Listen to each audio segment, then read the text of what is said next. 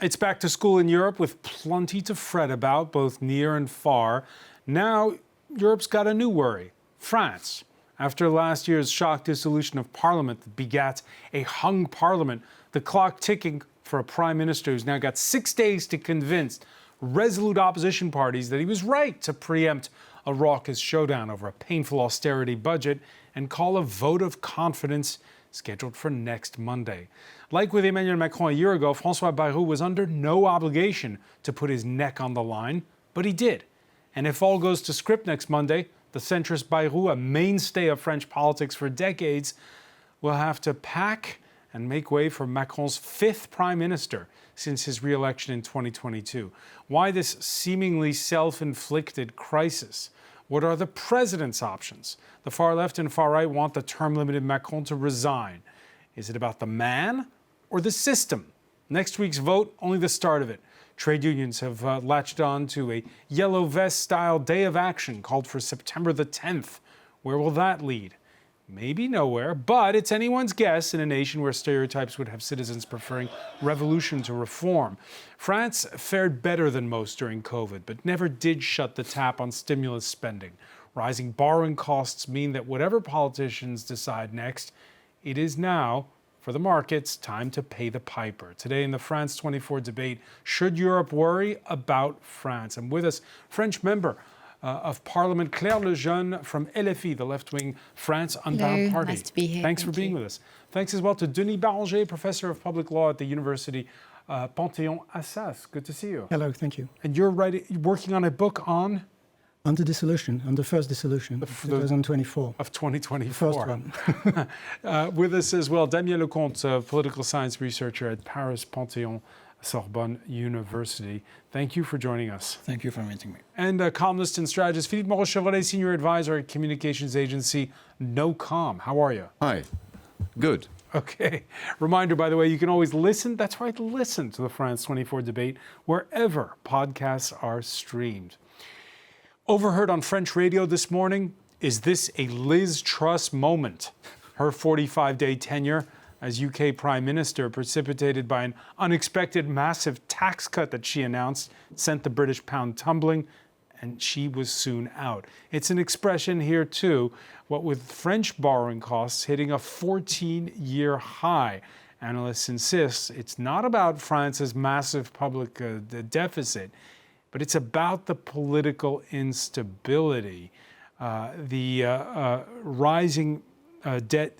Those pundits saying that for now, it's not yet a Liz Truss moment, Philippe Moreau-Chevrolet, but is it close to that? Because Liz Truss didn't have to announce this big tax cut, and it backfired miserably, and she was out of a job. That's pretty much the same thing. François Bayrou didn't have to, decide that on September 8th there would be a vote in the parliament against him. That's most probably what will happen. He didn't have to do that. Why did he do it? That's a question we all ask ourselves. Why did he do it? There are three main hypotheses. The first one is he wants to get out of this situation, with a high profile, with the ability of saying, I told you so. Preserving his own image is one possibility. That's the first one. The second possibility is that he wants to be a candidate for 2027 for the next presidential election. So he will be out, but he will have been the one fighting against the budget spending. He will be the candidate for the Conservatives. It could be a second hypothesis. And the third one is that he expects maybe to win, and he sees the possibility that no one except him sees, including MPs in his own rank and files. Have the political fault lines changed in any kind of way since that announcement? No, I wouldn't say they have. I mean, very early we said we would not vote for confidence, and fairly quickly afterwards most opposition parties said more or less the same thing. But maybe it's important to remind that actually for a government that's in power, the normal thing to do is to ask for the confidence. And the anomaly is that governments have been minority governments and have not asked for the confidence from Parliament. So in a way, it was the right thing to do. And in a way, also, he knew that he was going to face a major opposition when wanting to pass through this budget, and he probably would have fallen anyway with a vote of no confidence a bit further down the line. So I'd say asking the Parliament, do you support me or do you not support me, is the normal thing to do in a normal democracy. But I think this brings us back to the conversation about, is it just what they are trying to portray as a fiscal crisis, or are we in a system crisis, a democratic crisis, a political crisis, which brings us back to the position of Macron and the fact that there's a disconnect between the policies he wants to impose and what the majority of French people want nowadays. You say the normal thing to do. Were you nonetheless surprised?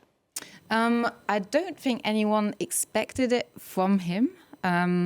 But I think he knew that he wouldn't be staying for long. So it's his way maybe of trying to save some kind of image and to go down in history as a person who would have said the truth to the French people. That's what he's saying. But what's important to say is that what he's portraying as the truth is very honestly a bunch of sometimes lies about the level of the debt, comparing French situation to the Greek situation.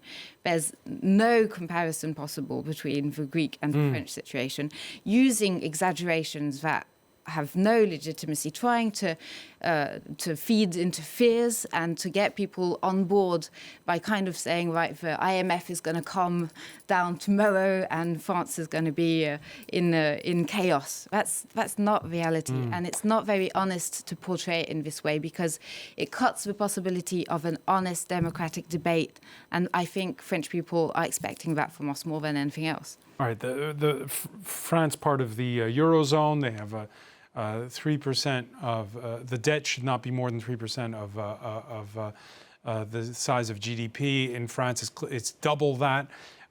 Yet in the How to Make Friends and Influence People department, in trying to make his pitch to the French people, the 74-year-old prime minister appeared to alienate both old and young when he called for budgetary belt-tightening in the name of the younger generation. They're the victims. They're the ones that will have to pay the debt for their entire lives, and we've convinced them that we needed to increase it more. Isn't that great? All this for the comfort of certain political parties, and for the comfort of boomers, as they're called, who, from this vantage point, feel that everything is just fine.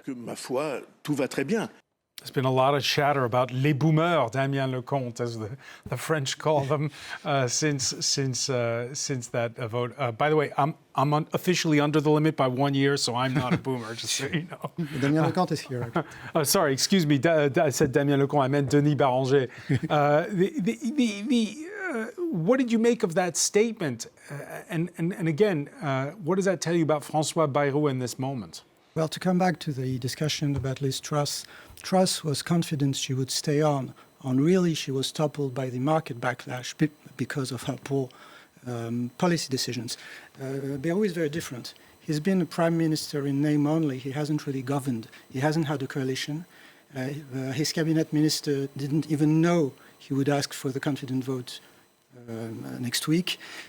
What did he do as a prime minister? What is actually his program? We don't really know, and we still don't.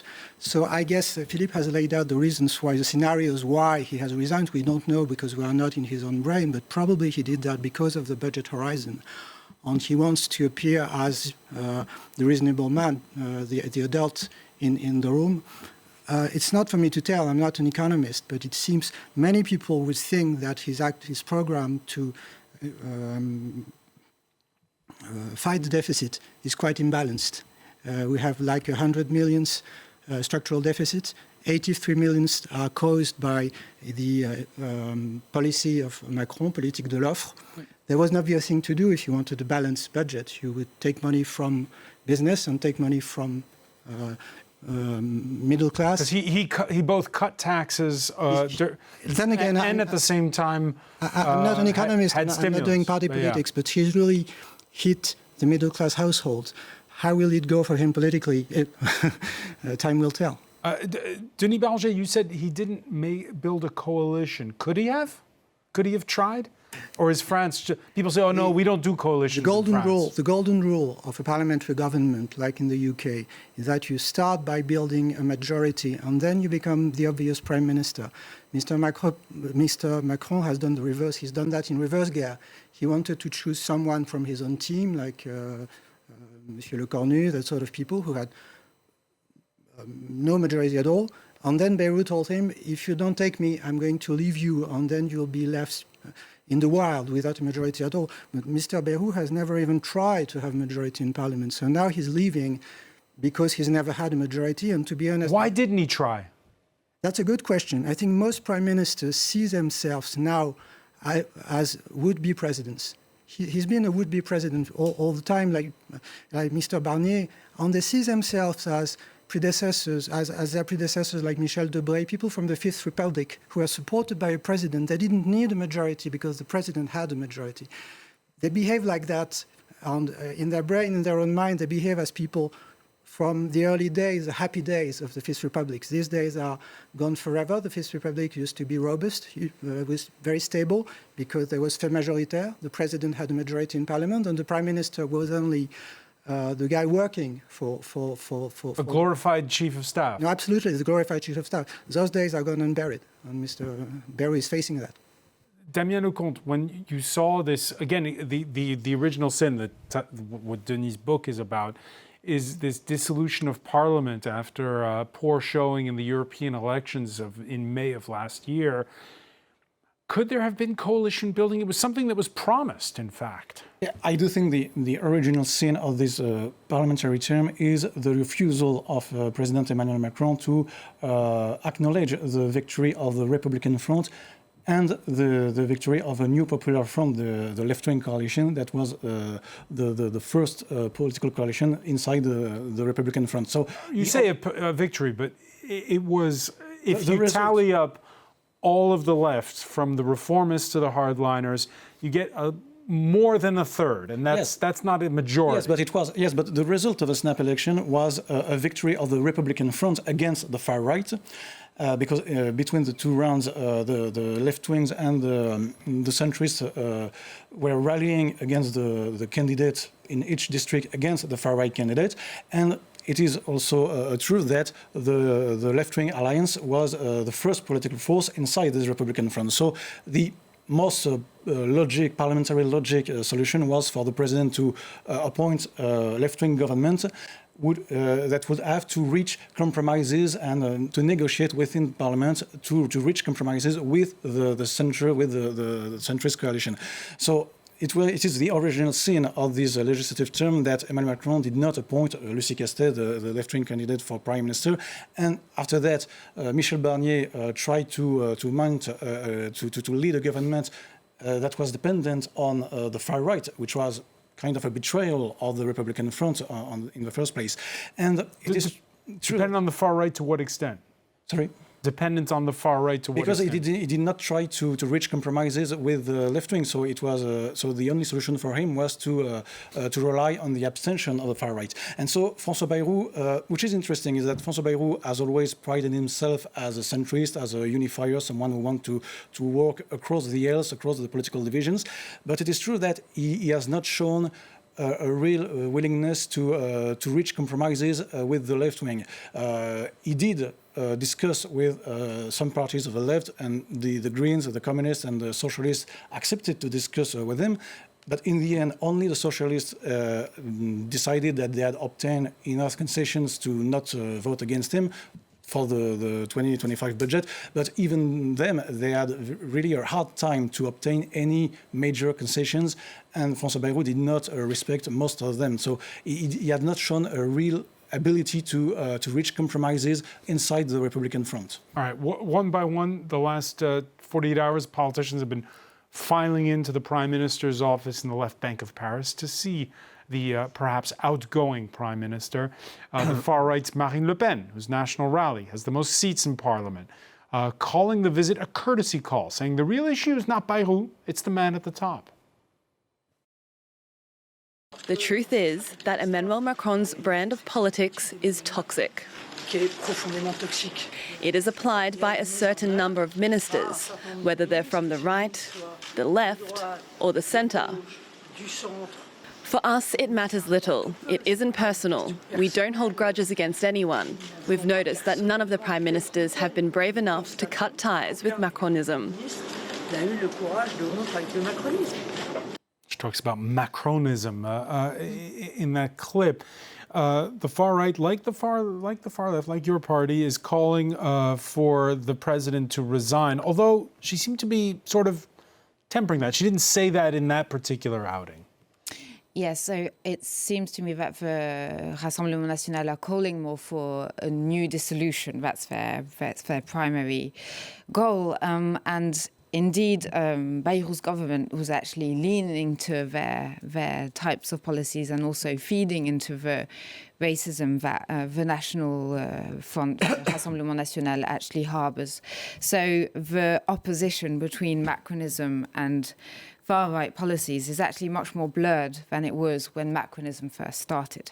And this is where we, our diagnosis to say the heart of the crisis is indeed not in the National Assembly, but at the Élysée. It's Emmanuel Macron, because he's in a denial of the disconnect there is between his brand of policies and what the French have been consistently voting at the European elections and then at the legislative elections soon after that. So if we don't tackle that issue, then we can name another prime minister. He'll probably fall after the next budget, and we'll go from crisis to crisis. If we don't look at the heart of this crisis, which is a political crisis, linked to the concentrated forms of power that are characteristic from the Fifth Republic. So if we don't look this in the eye, then we're going to play into maybe what Macron is expecting, maybe another dissolution with the far right coming to power, which is something that we managed to prevent. But the French like strong leaders, don't they? The leader of your party once said, "I'm the state, l'État c'est moi." Yeah, and we also have Macron who said that the French people were actually nostalgic of the times that we had kings. He said this. Yeah, once. and so, and but I don't think that's necessarily a sociological, political fact. I think now there's a strong movement for more power that would be placed in the people's hand and more regular... The people's hand, does that mean parliament? Well, we had the Yellow Vests. They were calling for the RIC, the Référendum d'initiative citoyenne, who would actually give back power, give back the voice to the people more regularly. So more referendums. Yeah, and now we have... But that bypasses parliament as well. You're a member of parliament. Exactly, parliament is important, but the people's voice is important as well. And what we've been seeing also is that the parliament's voice has been completely ignored by the minority governments that have been in place.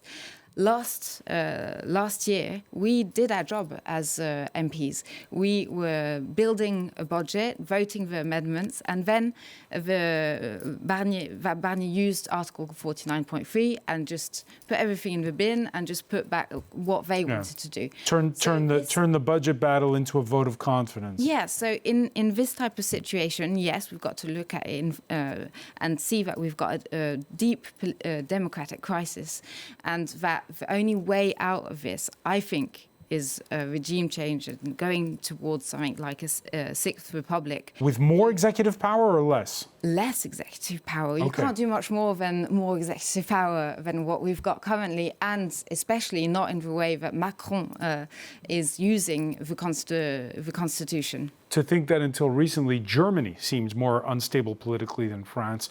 They have a new chancellor, Friedrich Merz, who brought his government to the French Riviera last Friday for one of those joint cabinet meetings the two nations regularly stage to remind us that old enemies can then become best of friends working in tandem. And after cool relations with Merz's predecessor, Olaf Scholz, France's president promising a long life for this new buddy act as he dismissed calls to resign. I believe in democracy. Democracy consists of people voting for a given mandate. The mandate, which has been given to me by the French people and by no one else, is a mandate that will be carried out through the end of its term, in accordance with the commitment I made to the French people, even with all due respect to those who have been defeated several times in these same elections.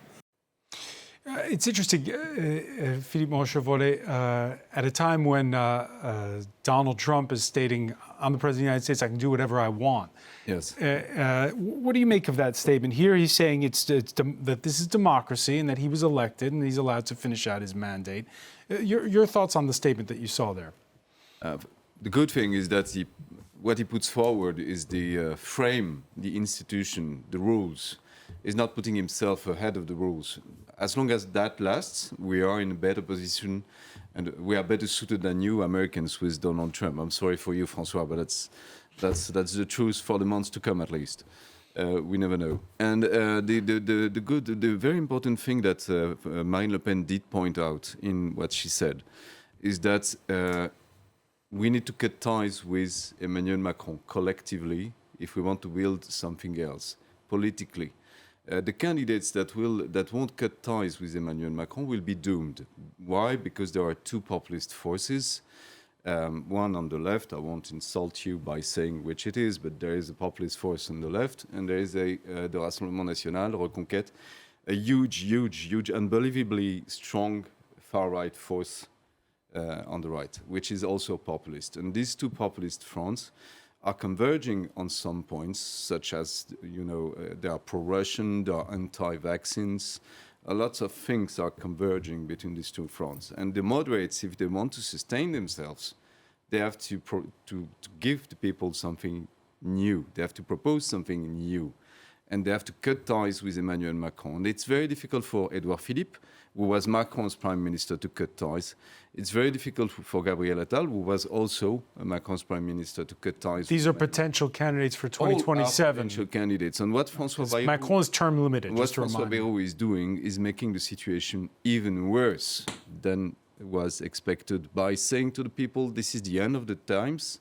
We are dying. The country is going to, to the gutters. I'm the only one who can save this country from itself, and with strict measures, so no positive perspective, no solutions, nothing but doom. That's what he proposes with. So it's usually rejected by 80%, 89% of the population do want to get rid of their prime minister. So the situation is dire, really. From the democratic perspective, it's dire. All right, let's look at the makeup here. By the way, the last time a Franco-German cabinet meeting was staged, it was spring of 2024, just before Macron dissolved parliament, when he was just a few seats shy of a majority, only for those snap elections to backfire, as we said. At 74, Bayrou might be thinking about his legacy, the country and here you see what the fact that after that dissolution on July the 8th, we saw that Macron's coalition shrank as a result. So when you look at this pie chart, Denis Barranger, if you're going to try to build a coalition government, old style, how do you do it? I don't know. Implicitly, the implicit reasoning in Macron's talk that we just heard is basically, I've been democratically elected at universal suffrage, so I should govern the country. There is nothing self-evident with this. The president of Portugal, the president of Austria, they're elected at universal suffrage. They don't govern the country. They leave that to a prime minister with a majority in parliament. So Macron's choice not to take Madame Castex could be understandable in the sense of Madame Castex. She did not have a majority, like you said, but he had to find someone who was able to reach across the aisle. So you could have, for instance, the socle commun, I don't know how to say that in English, but the people who are governing right now. Sort of the middle ground. The middle ground, who are actually in power. The part in yellow, if you will. The part in yellow and sky blue. Exactly, the yellow, the yellow guys on your chart. They could have reached across the aisle. The socialists were quite open to some understanding on some. So they could have chipped away at that red part on our. And even before the dissolution, it was very possible for Macron, on his prime minister at the time, to have an agreement with Les Républicains on not going to the dissolution. There was nothing necessary for the dissolution. He could have done that before the dissolution. Today is so blurred that actually I don't think anybody is going to come to the table and negotiate an agreement with anybody else. So Macron said he would not leave the Élysée palace. Yeah, because it's the end of 2025. The election's not till the spring of 2027. Macron can perfectly stay on. He could be dismissed by a special vote in Parliament, but probably it's not going to happen. The second option is a new prime minister. It is probably going to be Groundhog Day again and again. It's going to be the same story. That person will not have majority in Parliament. So the end would be probably a second dissolution. And then it will be 2027. Mr. Macron will have to go because he cannot do a third mandate. And we will know, and to come back to your first question, people will have a new president, and we will be back to the normal, sort of normal Fifth Republic, probably with a strong executive. That would be, I think, that would be the scenario I would favor. What does your crystal ball, Damien Lecomte, tell you? First of all, I think it is clear that the Fifth Republic cannot work as it used to when you have a political party system that is so divided and so fragmented. And I'm not sure that we can go back to normal. I think that even with our majority electoral system, even a snap election and even a parliamentary election after a presidential one, you can still have a very divided parliament. So once again, I think that the current legislative term can only work if you respect the logic of the 2024 election. That is the victory of the Republican front, and you search for compromises inside the Republican front, that is between the left wing and the centrist coalition. And the problem is that until now, President Macron has really been willing to protect his legacy at all costs, and he refuses absolutely that his policies, especially his fiscal policies in favor of the rich, to be withdrawn and to be. To make anything that could withdraw his legacy. So right now, Emmanuel Macron and the centrist coalition is really blocking any real compromises. But even if the left comes to power, they still would not have a majority. No, but they would have any government right now would have to work across the hills to find majority. That is why I think, given that the voters in the 2024 election voted against the far right, they voted for either the left-wing coalition or the centrists in the second round to prevent the National Rally to win a majority. Obviously, the leftists and the centrists have to work together to now that they have prevented the far right to come into power. So if there is no government able to reach some majority, some compromises between the centrists and at least part of the left wing, there is no possibility to have a functional majority right now. Claire Jeune, under what circumstances would you see your party taking part in any kind of coalition government right now at this point? Well, I think there's one element which is important to point out and to understand what's going to unfold in weeks to come. I really don't share the analysis that there would be two populist blocs that converge. Actually, the left-wing bloc has been the only bloc to consistently fight far-right ideas. And if you look at our votes this year in the National Assembly, we are the ones who vote the most against the far right, but you do have one bloc which is converging with the far right, which is the central bloc. And this is why we are in a crisis. It's because the Republican front can't work as it did a few years ago, because we are facing a centrist bloc which is sliding to the far right when you look at the themes, when you look at the narrative, when you look at their votes. So today, the risk, indeed, if there's a dissolution, is that we won't have the capacity to form this Republican front because we've got the central bloc, which is already kind of governing hand in hand with the far right. When you look at the way the minister Retailleau used his power, he was leaning on the far right very clearly. And that's the result of Macronism. That's the result, the rise of the far right. So if Emmanuel Macron tomorrow were to offer, as was asked by this coalition of left-wing parties, to name this high civil servant, Lucie Castet, as the prime minister. Would you be amenable to having ministers from your party in that government? If we are able to have a government which defends the programme we were elected on, because we heard Emmanuel Macron says, I've been elected, I'm going to respect my mandate and go towards the 5 years. I've been elected, I have a mandate, it lasts 5 years, and he hasn't found a problem in dissolving the National Assembly and doing it potentially twice.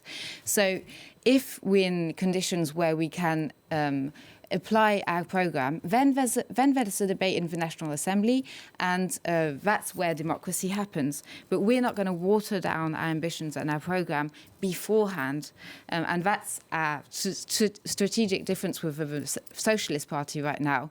They want to go into government with a kind of watered-down version of the programme that we defended together only last year. So does that mean the divorce is sealed with the Socialists? Well, they seem to have sealed their divorce with the programme the platform that we were meant to be defending together. So I'll take that as a probably yes. If we look at the current stage of affairs, then they seem to have moved away from the reasons we had to stay together in 2024. It brings us to a point that was made earlier by Claire Lejeune. Is it about the system, or is it about the man, Emmanuel Macron, who still is popular abroad, by the way? So it's sometimes difficult to explain. He's seen as a rampart against the likes of Donald Trump and Vladimir Putin. So I think it's both, really. I think the Fifth Republic used to work in another public opinion, another France, to be honest, in the 50s and 60s and 70s. Today, I'm not sure it works anymore, because today we have this tripartite opinion with people on the left, people... So since the Second World War, you've had two constitutions. You had the Fourth Republic, where you had 25 governments in 12 years. But it was the power was with Parliament, basically, and there were lots of coalitions. Yeah, and the president was weak. So basically, then you had de Gaulle come in, and now strong executive. Yeah, so it's worked for some time. So what's next? Yeah, well, I don't see a Sixth Republic being anything but a Fourth Republic in revival, to be honest. So I am not able to tell you there is a new solution with a new constitution that will help the country go back to stability. I don't see that happening. I think Macron has also a responsibility, because he's behaved as a hyper-president, using all the powers that he could, and now that he's dissolved, he keeps thinking he can govern the country. He hasn't... I know how to say that, but he hasn't given up on governing the country, and he's tried again and again to still be a Fifth Republic, de Gaulle-like president. So the future is very open, and I'm not sure constitutional law gets a solution to the problem France has at the moment. All right, and this vote of confidence is on Monday. 2 days later, there's a call to mobilize, which started on Facebook and other social media. Kind of like the 2019 Yellow Vests movement. We don't know, Damien Lecomte, if what's going to happen on September 10th is going to be something or nothing. We do know trade unions have also called for strike actions a week later. But how much of an appetite do the French have right now for mobilizing in the streets and marching and striking? The big question indeed is if the movement that is going to happen on September 10 is going to be like the Yellow Vest, that is a very grassroots movement that was a big tent. You know, there was obviously a lot of left-wing and trade unionist elements, but also a lot of ordinary citizens that were not usually politicized, and also some elements from populist right-wing and far-right. And we have seen in 2023, during the pension reform debate, that the one-off days of actions and strikes and protests were not very effective. But if you have a general strike that can last over time, obviously that can be a real game changer. Does France feel like a general strike right now? But I think right now there is a real possibility that a lot of people are exhausted and they cannot possibly afford such a huge movement. So it is yet to see if it's going to be like the Yellow Vest again, or if is going to be a lot of occasional days of strike and protest, and that will be probably less effective to change the situation. Has François Bayrou succeeded with this vote of confidence, scheduling it 2 days before this day of action on September the 10th? Has he succeeded in perhaps killing the momentum of It could deflect the movement, if there is a movement at all. We don't know yet. It appeared on social media on the far right by very tiny groups on the far right. It's been spread through a lot of bots, partly Russian bots, and it emerged in the public debate because some people on the left did take that movement and they did try to surf on this movement, as we say in France. They tried to, capitalize on that movement and to play with it. But it's not possible to play really with it since it's non-existent for the moment. It's only social media. We will see that on September 10th. My guess is it won't be a big thing, and maybe we will have trouble later on because it started something nonetheless. And the truth is the people in France are, as you say, exhausted. They are also very angry, and they have been angry for a lot of time. That's why we have so big populist movements nowadays. It's because of all this anger. And basically, if you want to sum it up, either you are the leader of the popular anger, you are able to do something with it politically, you can capitalize on the anger like Trump is doing, or other populist leaders are doing, or you will be at the bottom of the anger. You will be the target of this anger. Claire Lejeune? Well, actually, the reality of this movement is quite far from what you are describing. I'm only stating the facts. I'm not ideological. The whole of the summer, there have been citizens' assembly. There's been 4 in the department that I represent, Essonne, with real-life people, about 100 at each gathering, talking about their problems. And I think it's really harmful to kind of dismiss every popular movement at each time that people try to get together and voice. It was born on the far right. That's only the truth, and that's the fact. There were multiple. It was as all grassroots movement. The points of from which it starts are always very diverse. There were some that started on the far right. If you look at the political colour and the ideas that are in a majority in the movement right now, that is very active and that is very real, with real citizens behind. It's mostly left-wing ideas, multiple ideas also about regaining power as a people, making their voice heard. And I really think it's harmful to dismiss this as some kind of Russian... That's the problem with the populism. It's always, at the very basis of populism, there are true people, true problems. The outcome of what is being done with all that is so dire, what we see in the US. The outcome of populism is so dire. Politicians haven't done anything. People turned up in these citizens' assembly. Why do you think the Russians are supporting this movement? Because they are struggling to make meet because they are fed up with the situation. Yeah, the problems are real. One at a time. They have many reasons to be fed up. Sure. So they have a legitimacy, and you can't just say, oh, it's the far right that are manipulating them, or it's Russia that is manipulating them. I think if we are serious about democracy, then we've got to trust people have a critical mind of their own, can vote and know that what they want to vote. And this comes back to the problem we have with Emmanuel Macron, who on the evening of the 7th of July just said basically, oh, the French people didn't vote right, then I'll just ignore it and carry on with my policies. And this is what is harming our democracy. So we're running short on time, so I want to go around the room quickly. So short answers, please, to answer the question that's on the screen. Should Europe worry? Claire Lejeune, you go first. I think European countries have many reasons to worry, given the Should they worry about with France? Trump. Oh, about France. I think that we're entering a phase of instability that could be resolved in one fairly simple way, is the resignation of Emmanuel Macron, the call to new presidential elections, which would set a new pathway, a new brand of policies in our country. And that's the only way forward I can see. We're going to stay in this conundrum for a long time if we don't go down this pathway, at least until 2027. And if we believe what was in that clip, Damien, of Emmanuel Macron saying he's not resigning, then the answer for Claire Lejeune is clearly yes. So should Europe worry? I think you should worry about France, but I think the real solution for France right now is to finally learn to trust parliamentary deliberation and to not rely on presidentialism. Is that still possible?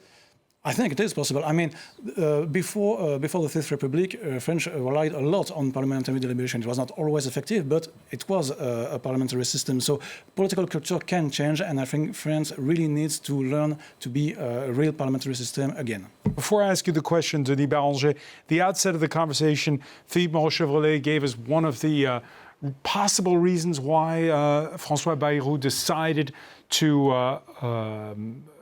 call this vote of confidence was he was thinking about his legacy. Well, the country, France, lionizes lovable losers that stand on principle. And there's been a lot the past week, references to, he was a center-left prime minister in the 1950s, Pierre Mendès France, who chose to fall on his sword over his conciliatory stand on the War of Independence in Algeria and his call for a joint European defense. All this talk about, for young people, is somebody who's perhaps forgotten, Pierre this Fourth Republic politician. Everybody wants to be the new Mendès France in French politics. And, they want to be nobody manages to. The guy whose government falls but everybody likes? Yes, but the guy who takes the moral high ground. Right. And I would second what Damien just said. I can be short on my answer. What France needs now is a parliamentary government, and Europe would be happy with that. All right, so Europe should worry unless parliamentary politics plays out. The president needs to get that the parliament has to do his job, and the president has to, not resign but recede and let other people decide what should be done. That would be the best thing to come. And Europe has a lot of reasons to be worried about the French situation, because if we have a populist government, it will be pro-Russian, and it could change the face of Europe for a long period to come, and we don't wish for that. I will have to leave it there, unfortunately. Much more to talk about. Philippe Moreau-Chevrolet, I want to thank you. I want to thank as well Denis Barranger, Damien Lecomte, Claire Lejeune. Thank you for being with us here in the France 24 debate.